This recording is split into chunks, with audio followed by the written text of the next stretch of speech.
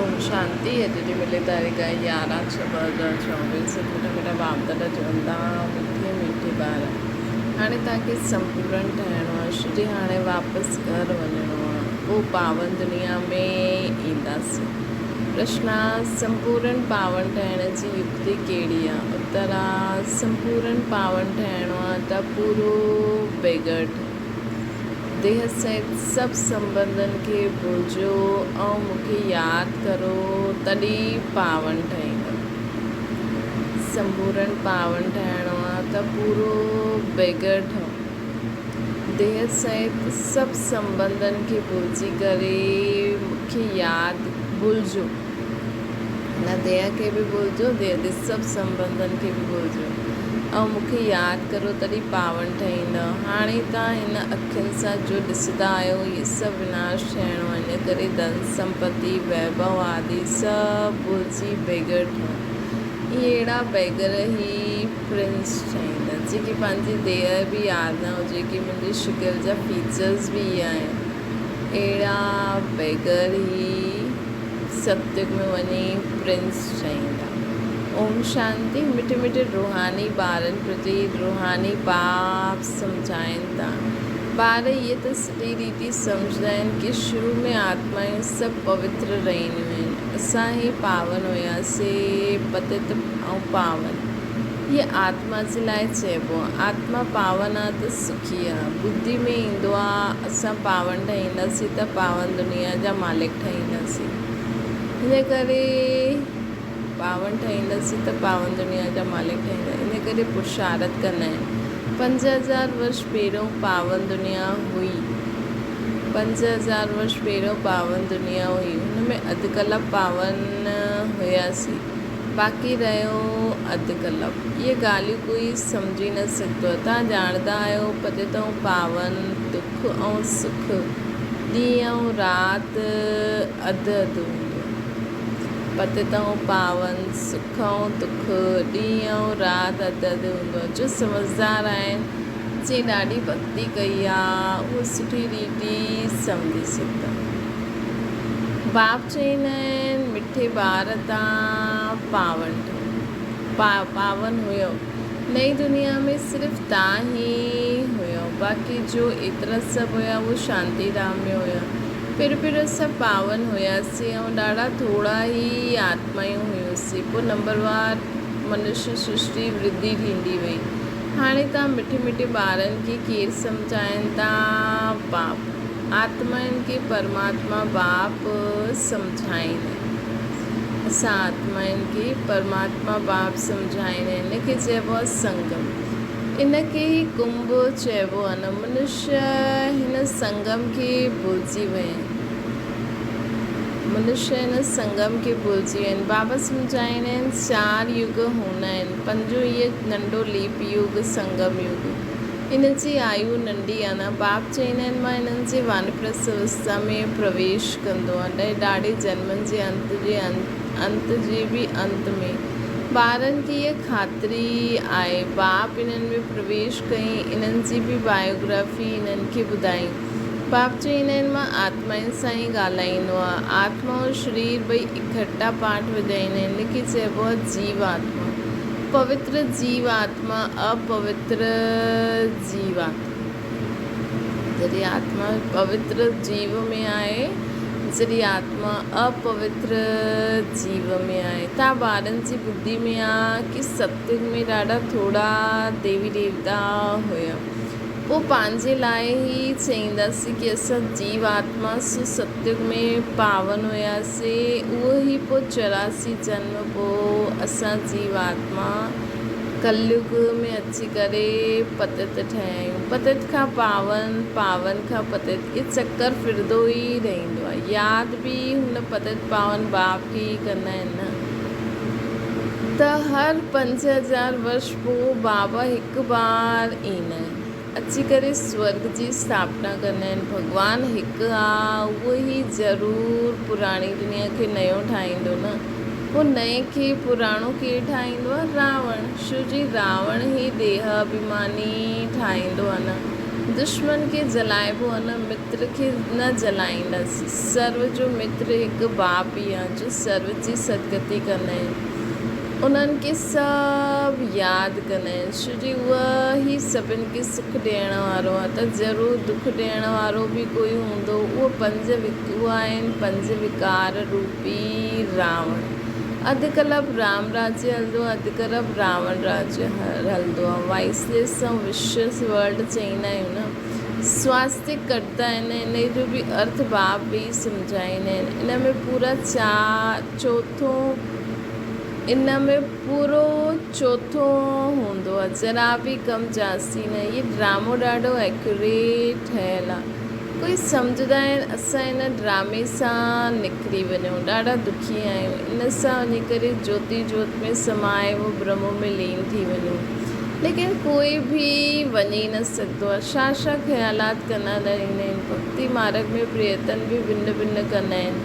सन्यासी शरीर छॾंदा त ईअं कॾहिं न चईंदा कि स्वर्ग व वैकुंठ पधारियो। प्रवृत्ति मार्ग वारा चईंदा फलाना स्वर्ग पधारियो। ॾिसो इहे बि ॾिसो छो सन्यास धर्म त सत्युग में हूंदो ई न, त इन करे ड्रामा अनुसार उन्हनि चई बि ॾींदा आहिनि कि वो परम धाम में समाए जियो, ब्रह्म में लीन थी वियो। प्रवृत्ति मार्ग वारनि जे लाइ चईंदा आहिनि स्वर्ग पधारियो। आत्माउनि खे स्वर्ग यादि आहे न, तव्हांखे त सभिनि खां जास्ती यादि आहे। तव्हांखे ॿिन्हिनि जी हिस्ट्री जोग्राफी जो पतो आहे, इहे कोई खे पतो न आहे, ॿियो कंहिंखे पतो न आहे। तव्हांखे बि पतो न हुयो। बाप वेई ॿारनि खे सभु राज़ सम्झाईंदा आहिनि। इहे मनुष्य सृष्टि रूपी वृक्ष आहे, वृक्ष जो ज़रूरु बीज बि हुजिणो खपे न। बाप सम्झाईंदा आहिनि मनु पावन दुनिया कीअं पते ठहींदी आहे, पोइ मां कीअं अची करे पावन ठाहींदो आहे। पावन दुनिया खे चइबो आहे स्वर्ग। स्वर्ग पास्ट थी वियो, पोइ ज़रूरु रिपीट थियणो आहे, इन करे चइबो आहे वर्ल्ड जी हिस्ट्री जोग्राफी रिपीट थींदी आहे। अर्थात वर्ल्ड ई पुराणी खां नई खां पुराणी थींदी। रिपीट माना ई ड्रामो आहे, रिपीट थींदी आहे माना ई ड्रामो आहे। इहो ड्रामो रिपीट थींदो ई थो वञे।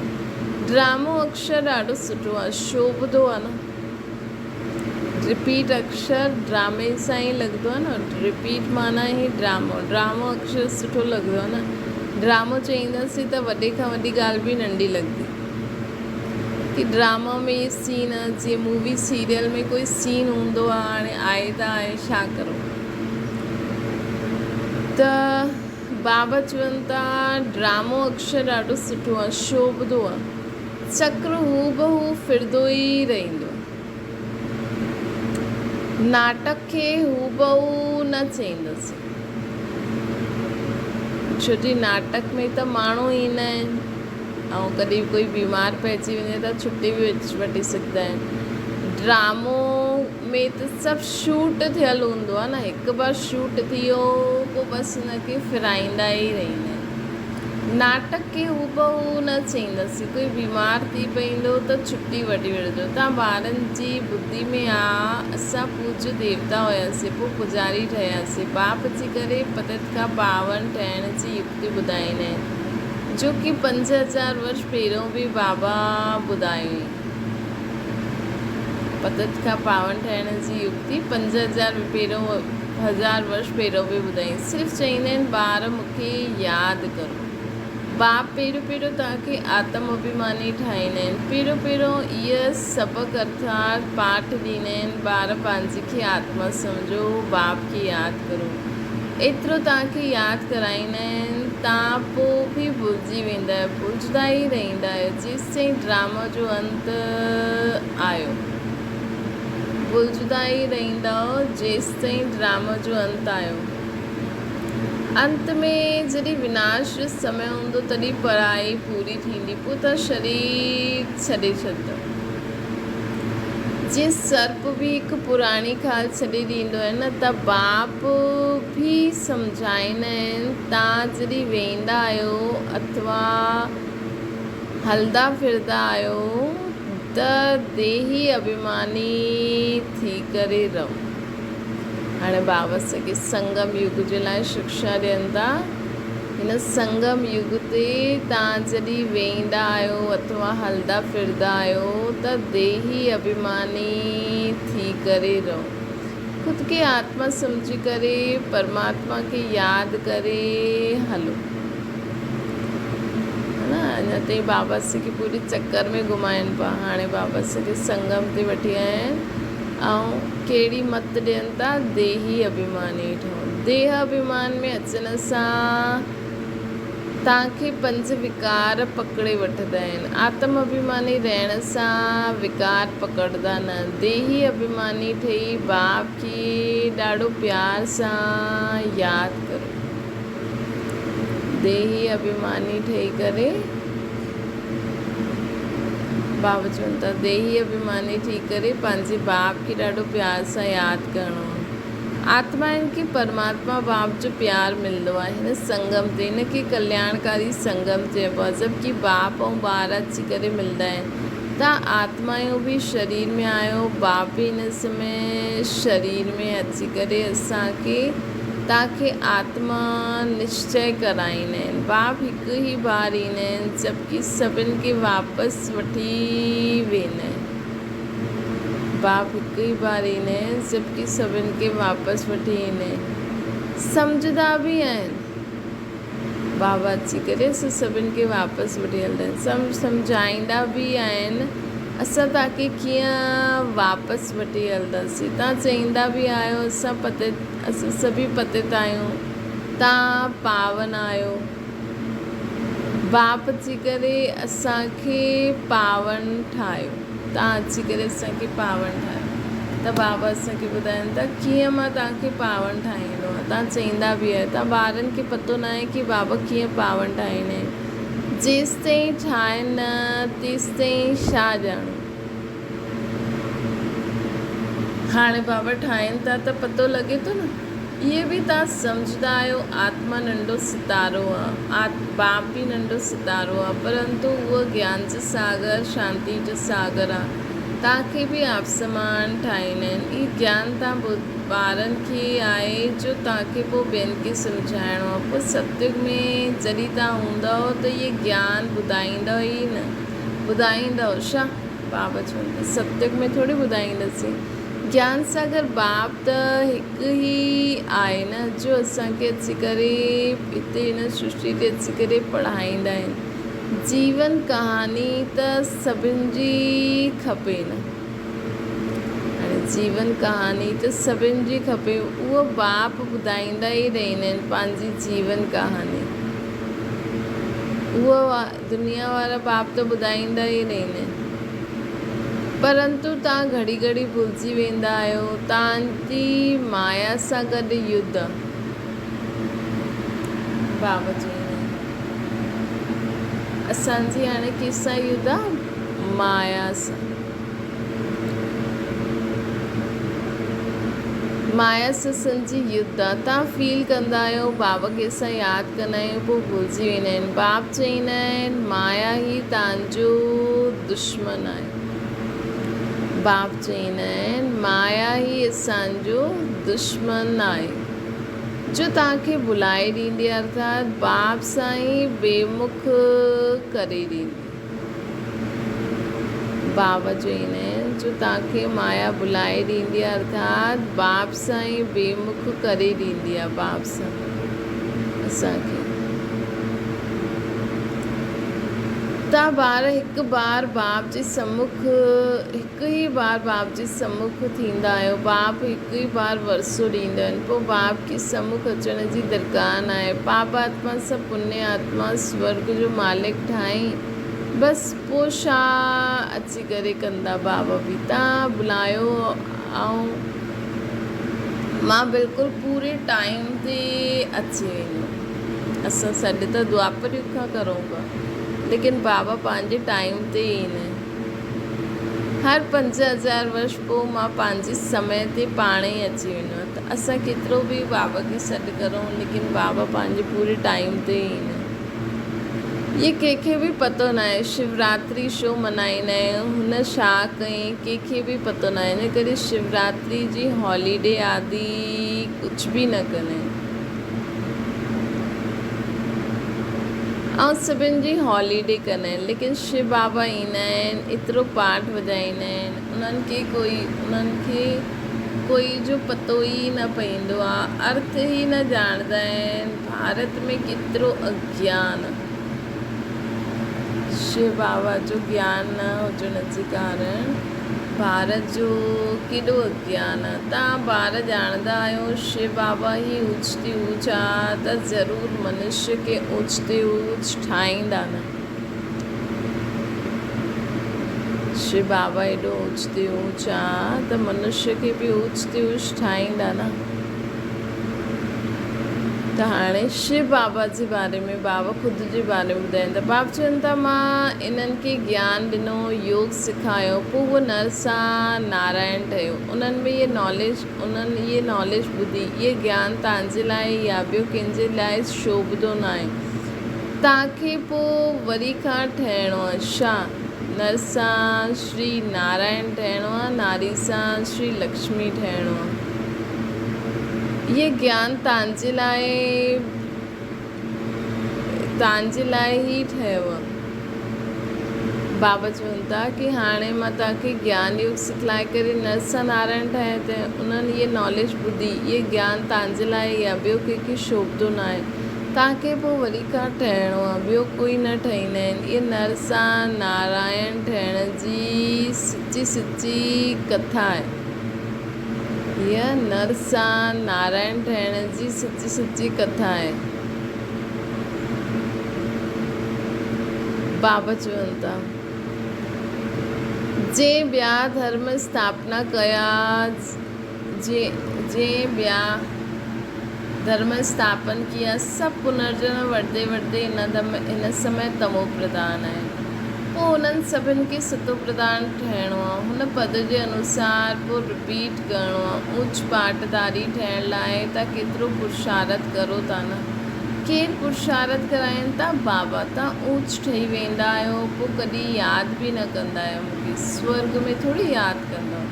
ऊच ते ऊच बाप आहे, पोइ ठाहींदा बि ऊचो ई आहे न। नारायण सां पहिरियों त श्री कृष्ण ठाहींदासीं न।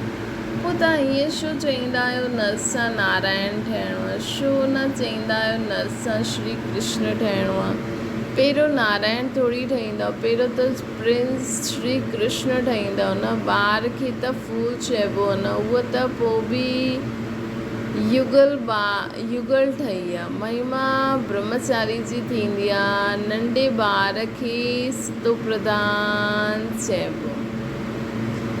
नंढे ॿार खे सतो प्रधान चइबो आहे। तव्हां ॿारनि खे ख़्याल में अचिणो खपे। असां ॿारनि खे ख़्याल में अचिणो खपे। असां पहिरियों ज़रूरु वञी करे प्रिंस ठहींदासीं। ॻायल बि आहे न, बेगर टू प्रिंस। बेगर कंहिंखे चइबो आहे? आत्मा खे शरीर सां गॾु बेगर अथवा व साहूकार चईंदा आहिनि। आत्मा खे हिन शरीर सां गॾु बेगर या साहूकार चईंदा आहिनि। हिन समय तव्हां ॼाणंदा आहियो सभी बेगर्स ठही विया आहिनि। सभु ख़तमु थी वेंदो। तव्हांखे हिन समय ई बेगर ठहिणो आहे। शरीर सहित पाई पैसा जो कुझु आहिनि उहे सभु ख़तमु थी वेंदा। शरीर सहित पाई पैसा जो बि आहिनि उहे सभु ख़तमु थी वेंदा। आत्मा खे बेगर ठहिणो आहे, सभु कुझु छॾिणो आहे, पोइ प्रिंस ठहिणो। पोइ वञी करे असां प्रिंस ठहींदासीं। तव्हां ॼाणंदा आहियो धन दौलत आदि सभु छॾे करे बेगर ठही वेंदा आहियूं। असां घर वेंदा आहियूं, पोइ प्रिंस ठहिणो आहे। तव्हां ॼाणंदा आहियो धन दौलत आदि सभु कुझु छॾे करे बेगर ठही असां पहिरियों घर वेंदासीं। सम्झो पूरी दुनिया में सभु कुझु जली वियो, सिर्फ़ु असां आत्मायूं ई आहियूं। बसि सभु घर हली वेंदासीं। पोइ नई दुनिया में प्रिंस ठही करे ईंदासीं। जो कुझु बि आहे सभु कुझु छॾिणो आहे। ये पुराणी चीज़ कोई कम जी न आहे। मतिलबु जो चीज़ूं कम में अचनि थियूं त बाबा चवनि था हाणे त असां सोचूं था भई जो चीज़ूं कम में अचनि थियूं उहे रहनि, पर बाबा चवनि था कि हाणे पुराणी चीज़ूं कोई कम जी न आहिनि। आत्मा पवित्र थी वेंदी, पोइ हिते ईंदी पाठ वॼाइण। जो कुझु बि आहे सभु कुझु छॾिणो आहे। ये पुराणी चीज़ कोई कम जी न आहे, ये शरीर बि कम जो न आहे। आत्मा पवित्र थी वेंदी त पोइ हिते ईंदी पाठ वॼाइण। कल्प पहिरियों कॾहिं सतयुग में ईंदी, पोइ सतयुग में ईंदी पाठ वॼाइण। कल्प पहिरियों मिसल जेतिरो जेतिरो तव्हां धारणा कंदव ओतिरो उच्च पद बि असांखे मिलंदो। जेतिरो जेतिरो असां धारणा कंदा रहंदासीं ओतिरो असां उच्च पद पाईंदासीं। भले हिन समय कंहिं वटि 5 करोड़ आहिनि, सभु ख़तमु थी वेंदा। कंहिं वटि करोड़ आहिनि परंतु बाबा चवनि था सभु ख़तमु थी वेंदा। असां वरी खां पंहिंजी नई दुनिया में वेंदासीं। त हीअ बाबा असांखे नॉलेज जी ज्ञान ॾियनि था कि असां जेतिरो धारण कंदासीं ओतिरो उच्च पद पाईंदासीं। पर हिन समय कंहिं वटि 5 करोड़ बि आहिनि त बि उहे सभु ख़तमु थी वेंदा। ये बाबा विनाश जी समय जी ॻाल्हियूं ॿुधाइनि था। असां पोइ वरी खां नई दुनिया में ईंदासीं। हिते तव्हां आया आहे नई दुनिया में वञण लाइ।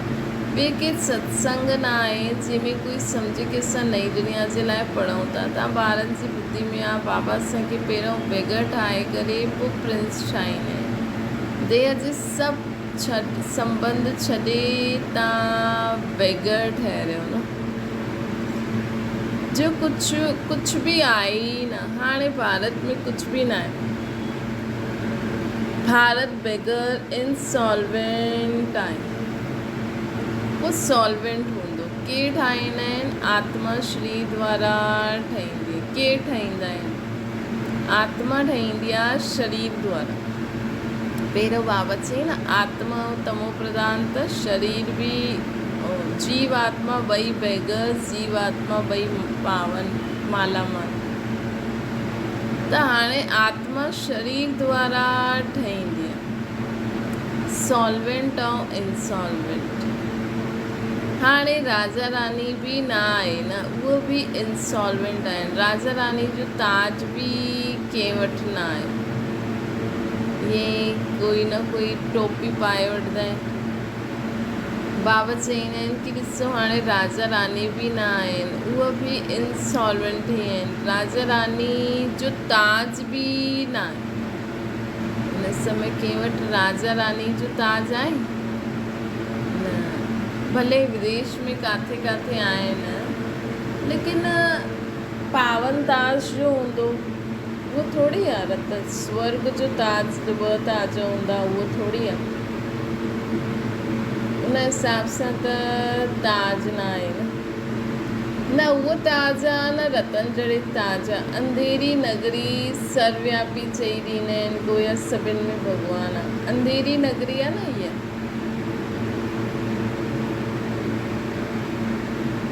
बाबा चवनि था कि चईंदा आहिनि सर्वव्यापी आहे भॻवानु। गोया सभिनि में ई भॻवानु आहे। सभु हिकु समान आहिनि। कुता ॿिली सभिनि में आहिनि। इनखे चइबो आहे अंधेरी नगरी। सो चईंदा आहिनि जीव जंतु जानवरनि में बि भॻवानु आहे। अॼु ॾिसो माण्हू कुतनि खे सोचे थो कुतनि में भॻवानु आहे। सॼो ॾींहुं माण्हू कुता भौंकनि था। केॾे माण्हुनि खे चक पाए था छॾनि। लेकिन त बि माण्हू इन कुतनि खे खणी करे कंहिं अलॻि जॻह ते नथो रखे। उन्हनि खे रोटी खाराईंदो उहो ई एॾा खाई पी करे वॾा थी करे पोइ माण्हुनि खे हिकु चक था पाइनि।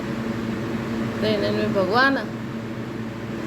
त कम से कम सम्झो त सही जीव जंतु जानवर जलो माण्हू केतिरा तमो प्रधान थी विया आहिनि त उन हिसाब सां जानवर बि त तमो प्रधान थी विया हूंदा न। त बाबा ॾिसो पंहिंजे ॿारनि खे माण्हू अॼुकल्ह मारे थो। सभु अलॻि रहणु चाहींदा आहिनि, कंहिंसां रहे नथो, माण्हुनि खे मारे करे प्रॉपर्टी खणी वेठो, ऐं जानवरनि जी खे वृद्धि थो करे, कुतनि खे पाले थो। अंधेरी नगरी चइबो आहे न। तव्हां ब्राह्मणनि जी राति आहे हिन समय, असां ब्राह्मणनि जी राति आहे हिन समय। हाणे सम्झंदा आहियूं ज्ञान ॾींहुं अचे थो। सतयुग में सभी जागती जोत हूंदा, हाणे दीवा बिल्कुलु डल थी विया आहिनि। जागती जोत मतिलबु ईअं न सॼो ॾींहुं जगदा रहंदासीं, मतिलबु आत्मा जागृत अवस्था में हूंदी। आत्मा में सम्झ हूंदी कि असांखे पाप कर्म न करिणो आहे। त ख़ैर पाप जी अविद्या ई हूंदी, लेकिन हाणे असां हुन स्थिति खे अनुभव करे सघंदा आहियूं। जागती जोत मतिलबु हाणे अगरि असांखे कोई चईंदो हुन विकार बुराइनि जे वश थी करे कर्म करो, बाबा कल्ह चई न कि पहिरियों त असांखे पतो ई न हुयो काम विकार ख़राबु हूंदो आहे। हाणे त असां जगी आहियूं न कि विच विच में सुम्ही पईंदा आहियो। हाणे दियो बिल्कुलु डल थी वियो, पहिरियों कलयुग में डल थी वियो, हाणे सभिनि जो डल थी वियो न। हाणे जीअं असांजो बि दियो जगी वियो आहे, ऐं असांखे सभिनि जो दियो जगाइणो। भारत में ई दिए जगाइण जी रस्म, छो जी द्वापर में जेका ॿिया धर्म आहिनि उन्हनि जो त जगण उहो त आहे ई विकारी दुनिया में, उहो त आहे ई दुख जी दुनिया में। लेकिन असां सतयुग जी आत्मा, असांजो आत्मा रूपी दीपक केॾो जगल हुयो। जीवन में केॾो सुख शांति धन संपत्ति हुई, ॻाल्हाइण हलण खाइण पीअण में केॾी रॉयल्टी हुई, है न। हाणे न आहे, त इन करे दियो जलाइण जो रस्म बि भारत में आहे। ॿियो कोई थोरी दियो जगाईंदा आहिनि। तव्हांजी ज्योत उजाइजी वई आहे। हाणे बाबा खे यादि करे असां बि वापस मां जागती जोत थींदा था वञूं। असां बि वापस मां जागती जोत थींदा था वञूं। सतो प्रधान विश्व जा मालिक हुयासीं, उहो ताक़त कम थींदे थींदे हाणे कुझु ताक़त न आहे। वरी बाप आया आहिनि असांखे ताक़त ॾियणु। पहिरियों त असां में ख़ुदि खे संभालण जी ताक़त न आहे। पहिरियों बाबा असांखे स्वराज्य अधिकारी ठाहींदा आहिनि। स्वराज्य अधिकारी ताक़त ॾेई करे स्वराज्य अधिकारी ठाहे करे, उहो जेको स्वराज्य अधिकारी ठहींदो उहो ई त विश्व जो मालिक ठहींदो। जॾहिं असां स्व जी सूक्ष्म ऐं स्थूल कर्मेंद्रियनि ते राज्य कंदासीं, तॾहिं त असां पूरी विश्व जी आत्माउनि खे बि लाइट माइट ॾेई सघंदासीं न। उन्हनि खे बि लाइट माइट ॾेई करे बाप समान ठाहींदासीं ऐं इहा सेवा कंदासीं, तॾहिं त असां बि विश्व जा मालिक ठहींदासीं न।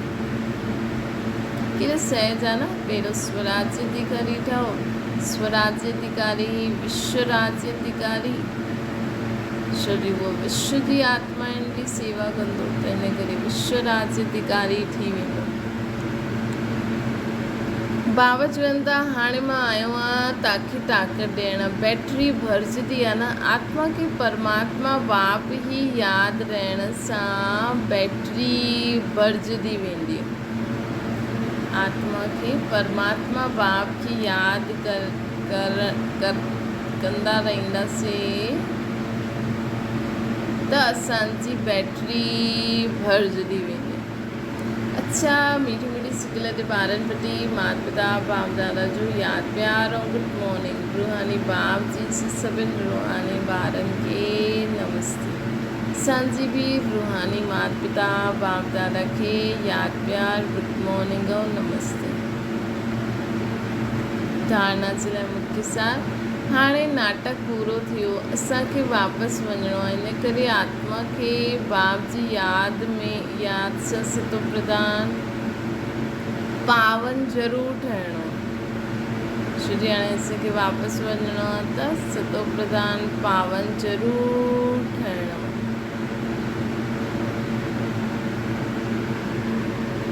हाणे नाटक पूरो थी वियो, हाणे वापसि हलिणो आहे। इन करे आत्मा खे बाप जी यादि सां सतो प्रधान पावन ज़रूरु ठहिणो आहे। बाप समान ज्ञान सागर, शांती जो सागर हाणे ई ठहिणो। ॿियो आहे न, देह सां बि पूरो बेगर रहण लाइ बुद्धि में रहे इन अखियुनि सां जो कुझु ॾिसूं था सभु ख़तमु थी वेंदो। असां बेगर सां प्रिंस ठहिणो आहे असांखे। असांजी पढ़ाई आहे नई दुनिया जे लाइ, असांजी पढ़ाई आहे नई दुनिया जे लाइ। वरदान आहे चमत्कार ॾेखारण जे बजाए अविनाशी भाग्य जो चमकंदो सितारो ठाहिण वारा सिद्धि स्वरूप ठहो। अॼुकल्ह जो अल्पकाल जी सिद्धि वारा आहिनि, उहो लास्ट में मथां खां अचण जे कारण सतो प्रधान स्टेज जे प्रमाण पवित्रता जे फलस्वरूप अल्पकाल जा चमत्कार ॾेखारींदा आहिनि। अॼुकल्ह जो अल्पकाल जी सिद्धि वारा आहिनि, उहो हाणे आहिनि मथां, हाणे आहिनि त उन्हनि जी इन समय सतो प्रधान स्टेज आहे। इन जे प्रमाण पवित्रता जे फलस्वरूप अल्पकाल जी चमत्कार ॾेखारींदा आहिनि, लेकिन उहा सिद्धि सदाकाल न रहंदी। बाबा चवनि था कि उहा सिद्धि असांखे सदाकाल न रहंदी आहे, छो जे थोरे समय में ई सतो रजो तमो टई स्टेजिस में पास कंदा आहिनि। त उहा थोरो समय ॾेखारींदा, पोइ थोरे समय खां पोइ वापसि ओड़ो जो ओड़ो ई थी वेंदा, छो जो उन्हनि जी सतो रजो तमो स्टेज जल्दी जल्दी परिवर्तन थी वेंदी आहे। असां पवित्र आत्मा सदा सिद्धि स्वरूप चमत्कार ॾेखारण जे बजाए सदा चमकती हुई ज्योति स्वरूप ठाहिण वारा अविनाशी भाग्य जो चमकंदो सितारो ठाहिण वारा। इन करे सभु असां वटि ई अंजलि वठणा आहिनि। अविनाशी भाग्य जो चमकंदो सितारो ठाहिण वारा आहिनि। बाबा चवंदा आहिनि कि चमत्कार ॾेखारण जे बजाए तव्हां चमकती हुई ज्योति स्वरूप ठाहिण वारा आहियो न, अविनाशी भाग्य जो चमकंदो सितारो ठाहिण वारा आहियो। ॾिसो केॾी वॾी ड्यूटी असांखे।